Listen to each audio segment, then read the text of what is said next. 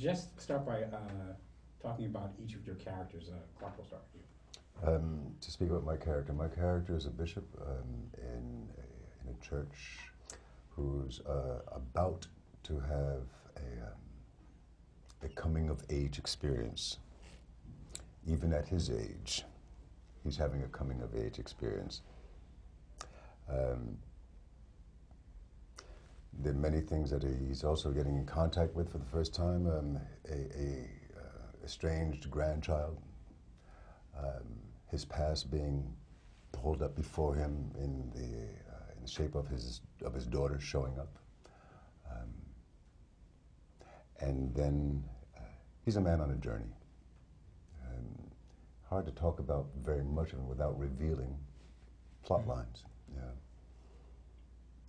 But he's a man who is trying to find himself, and does, and succeeds, even after he's chastened by this young man. It's a good thing for him, and I believe that he feels that. He's healed. He's healed because of it. Yeah.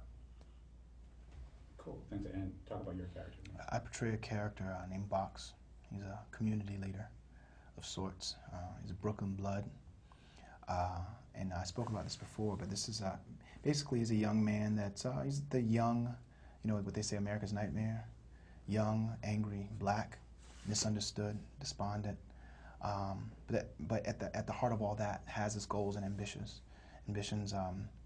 He has his shortcomings. He has his moments where he's felt he's been cheated by life, where he's woken up and felt like for one reason or another he was kind of doomed to the reality that he lives and wakes up to every morning.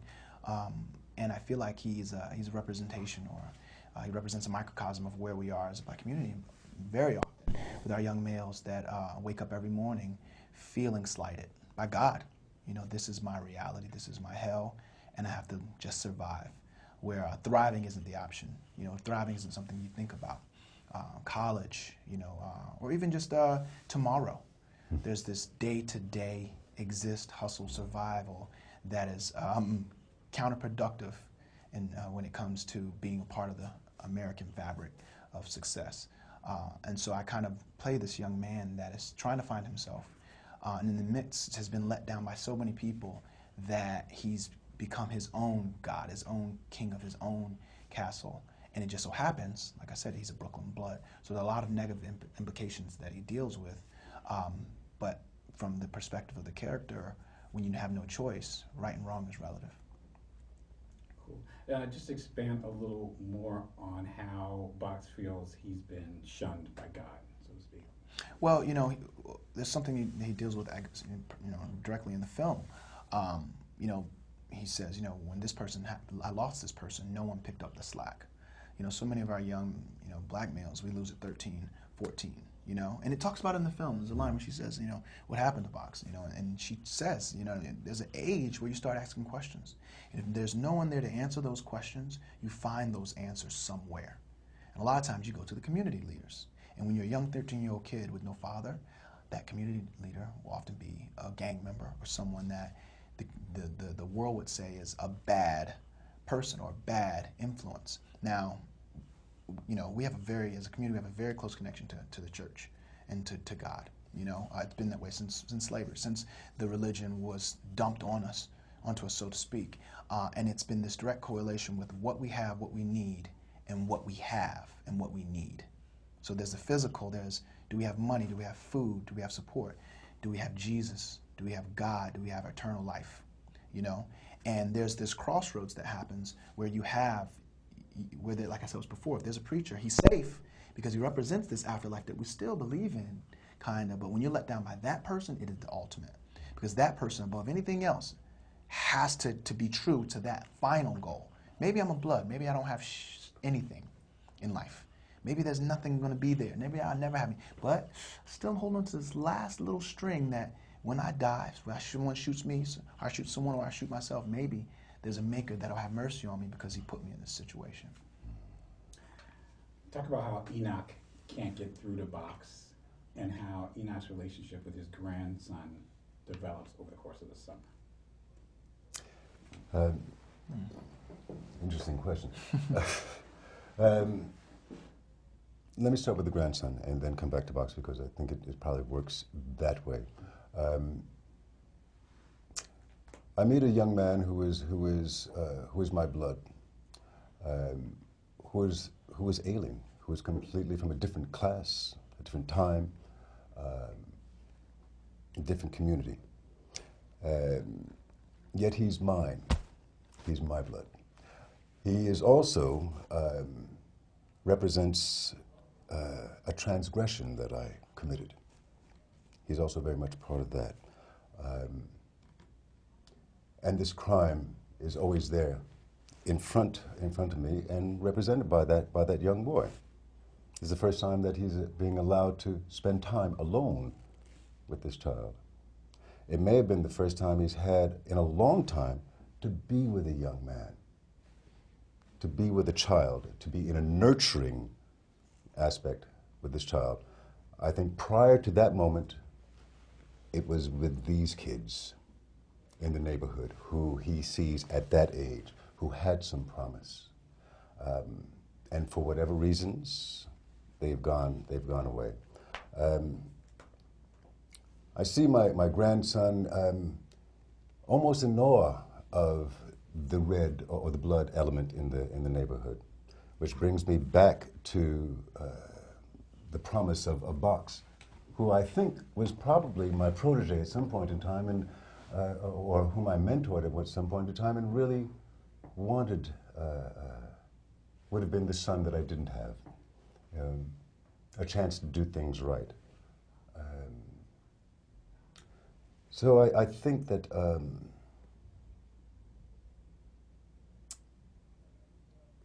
I lost sight of your question. Please, how you can't get through to Box's character from a religious standpoint. Oh yes. Well, he's lost it. He's gone. He's totally gone the other way. And I don't think I don't think at this point in time the politics of this neighborhood is such that I'm going to be naive and think that I can change this child.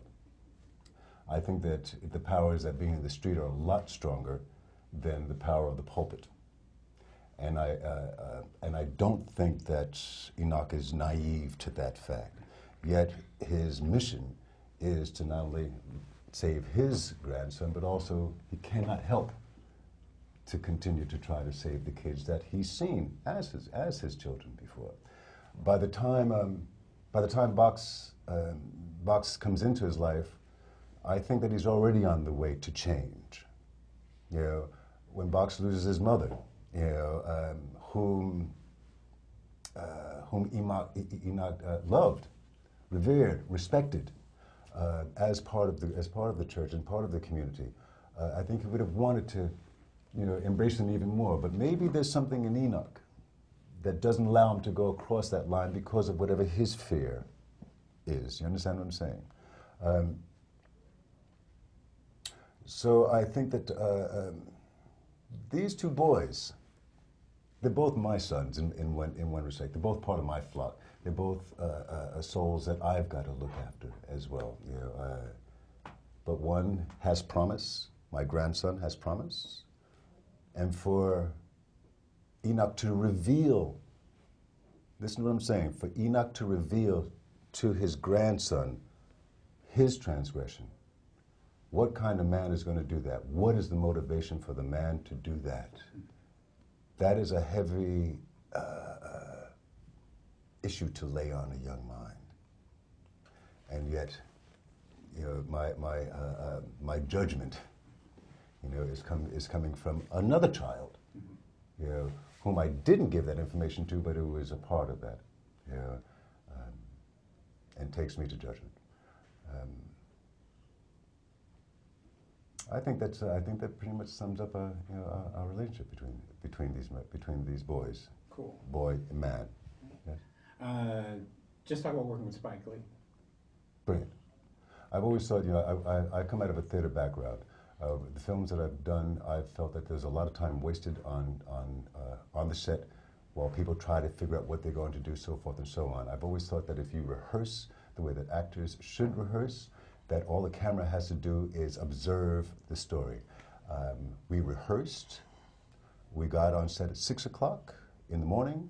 Turnover was 6:01, and wrap was 5:59. perfect.